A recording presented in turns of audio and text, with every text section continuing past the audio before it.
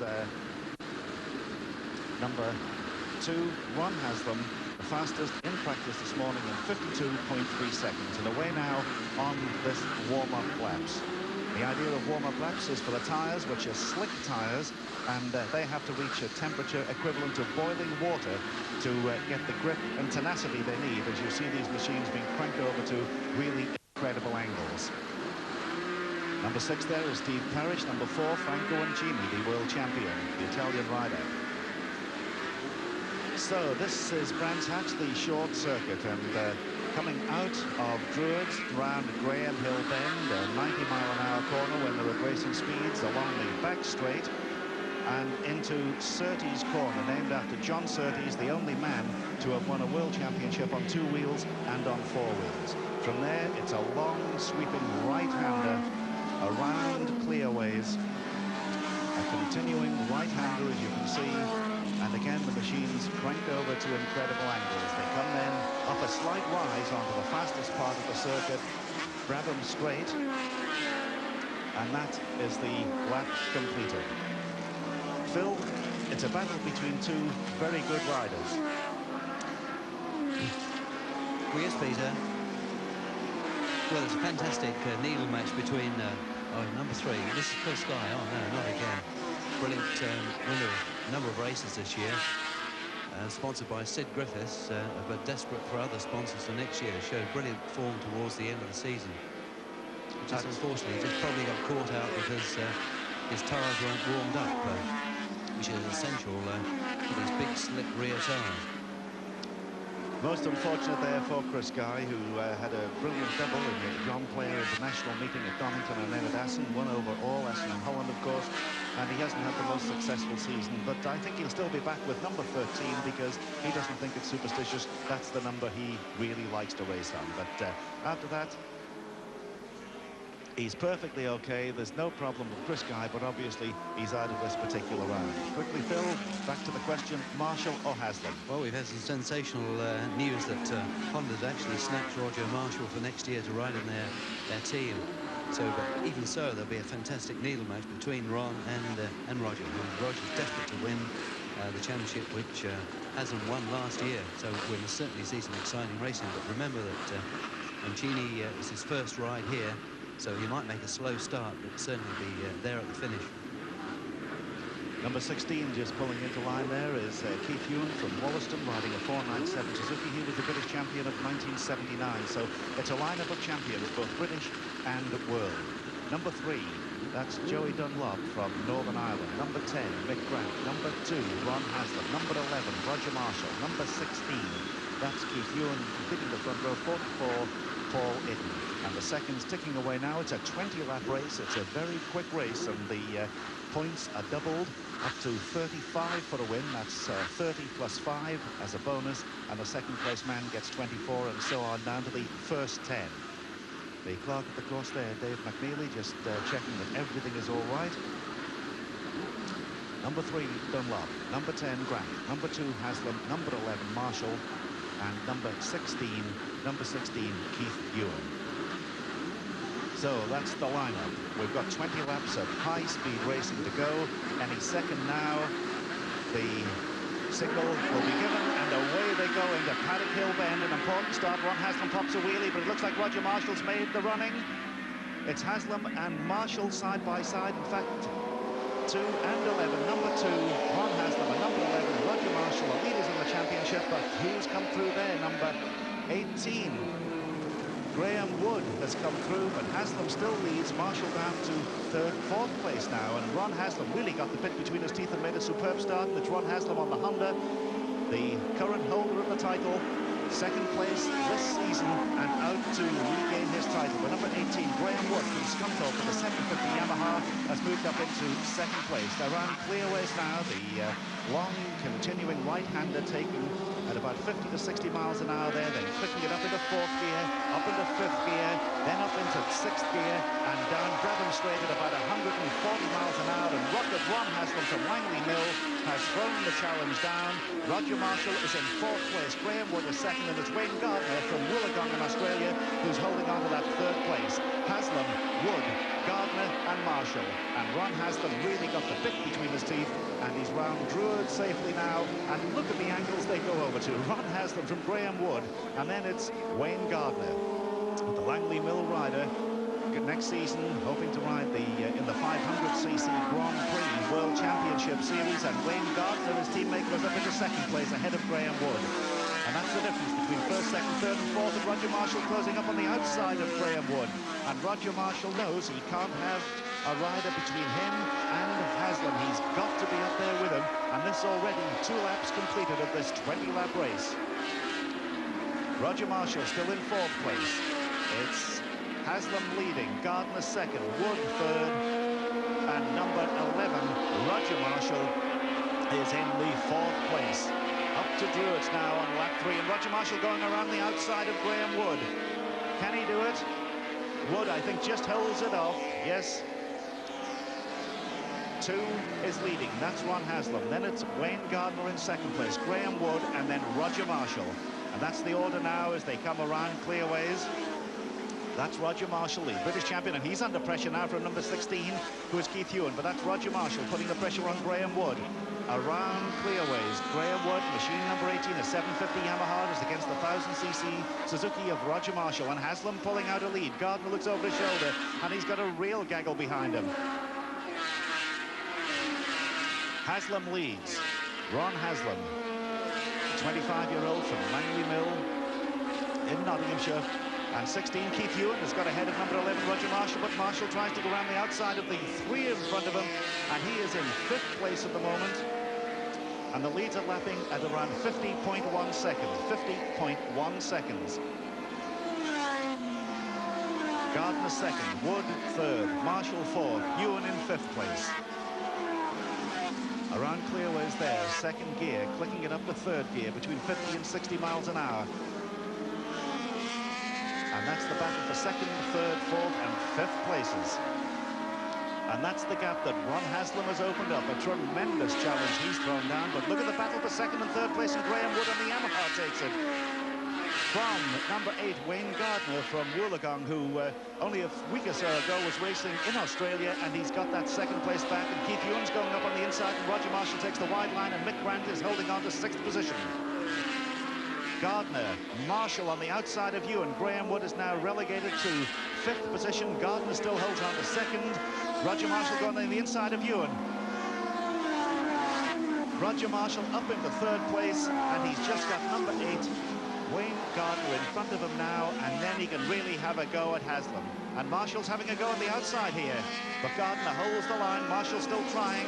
They're coming on now to the fastest part of the circuit, up to about 140 miles an hour. That's the leader. 15 laps to go. 5 have been completed. And Ron Haslam really has built up a tremendous lead. And there's the battle for 2nd, 3rd and 4th places. Gardner, Huewen and Marshall relegated back to 4th spot now. Mick Grant closing up on Graham Wood. And they're going round side by side, 3 of them around Druids.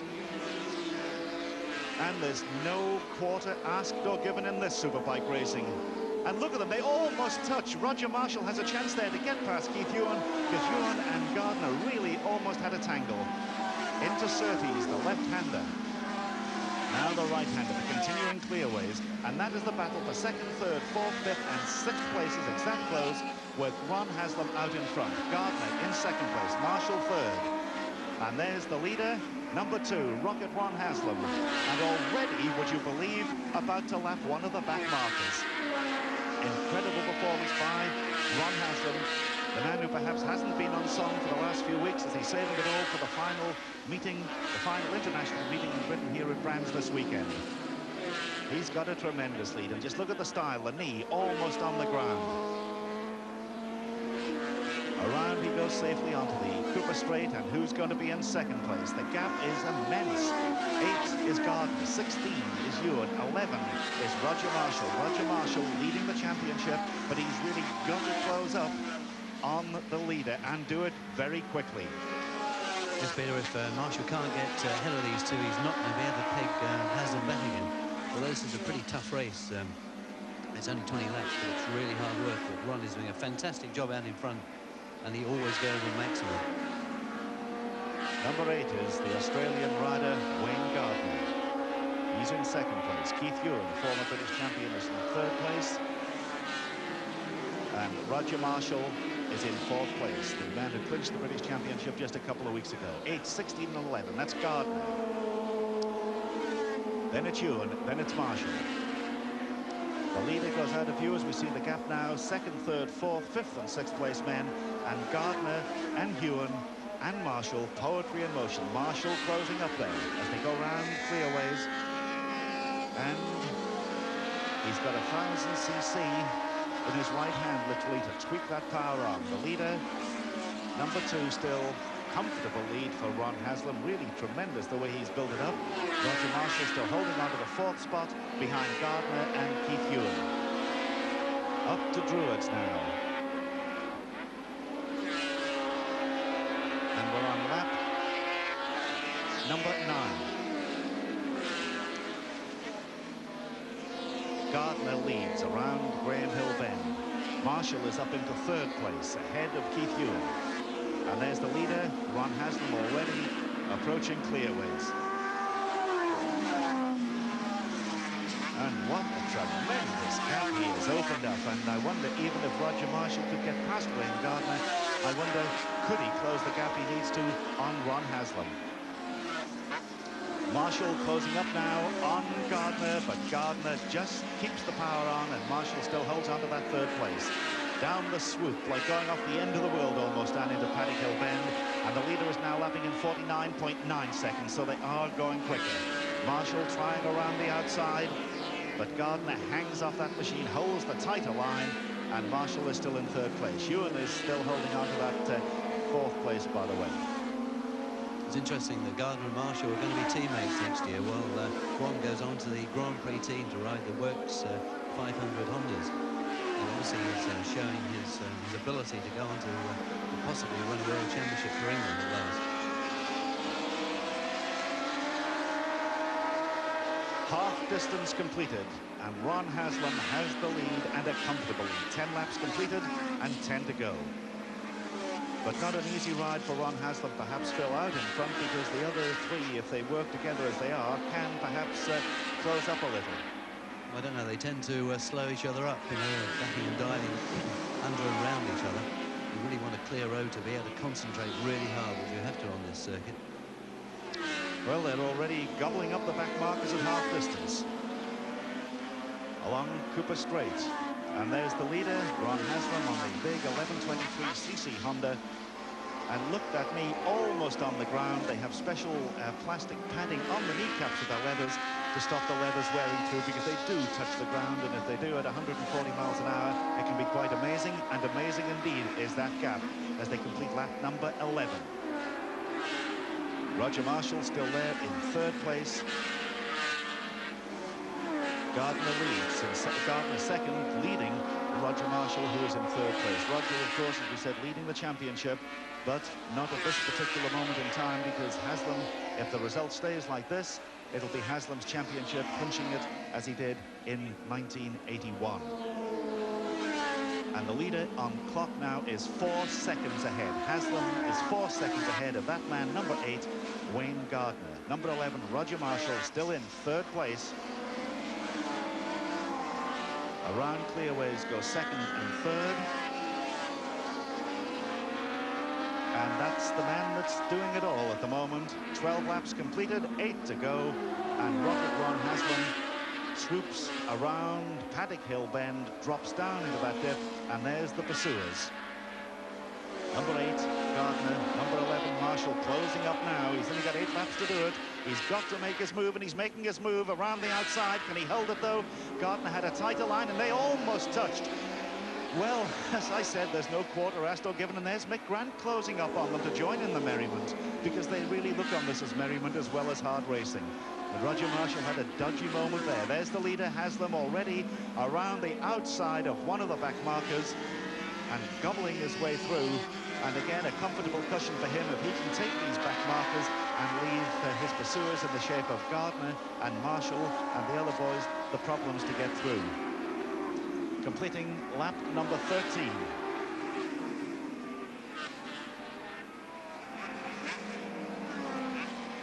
There's the battle. 8 is Wayne Gardner, 11 is Roger Marshall, then it's Keith Huewen, and then it's Mick Grant. And they're really in close company. Marshall having another go around the outside this time, is he? But it's not perhaps, I think, the place to try and do it around the outside at Druidsville. Yes, Peter, I was thinking the same thing. You know, that might be perfect for this bottom corner, Graham Hill Bend. It doesn't work out. The quickest line is right round the inside to gas it out. So Roger Marshall got a lot of work to do, and the time running out for him if he wants this championship to add to his British title. That's the gap between second and third. Wayne Gardner still holding off Roger Marshall. And that's the leader, number 2, Ron Haslam. 6 laps to go. Around Paddock Hill Bend, the man who won the Motorcycle News Superbike Championship and the Street Bike Championship last season. But that's the second place man there now. Gardner, Marshall, Huewen and Grant again mixed up already with these tail-enders, and this can play a very important part. Ron Haslam, as I say, has already got past quite a number of them, and he's got a clear road ahead as far as the really quick men are concerned. He's still got the slower men perhaps to pass, but Gardner really putting on the pressure. Marshall second, Huewen is third, and Mick Grant is still holding on in there. Peter, I think you can say this is team tactics. Gardner holding Marshall back to allow Haslam to really get away. Perhaps a clever bit of team riding this. Yes, because tactics really do come into this. There's the leader. He's got 5 laps to go, and the gap is closing slightly, 3.4 seconds. And if Haslam maintains this position, of course, and Haslam is in trouble. Haslam is in trouble. The bike has blown, and Haslam was at, well, what can you, a brilliant race he rode.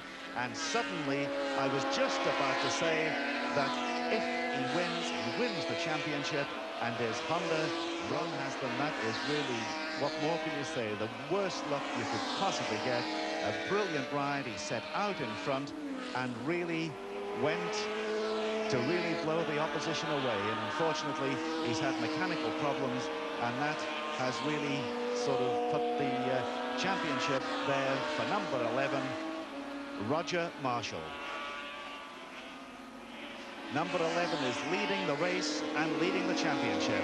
Number 11, Roger Marshall, leading from number 8. And there's the man that it's all gone wrong for, number 2, Ron Haslam.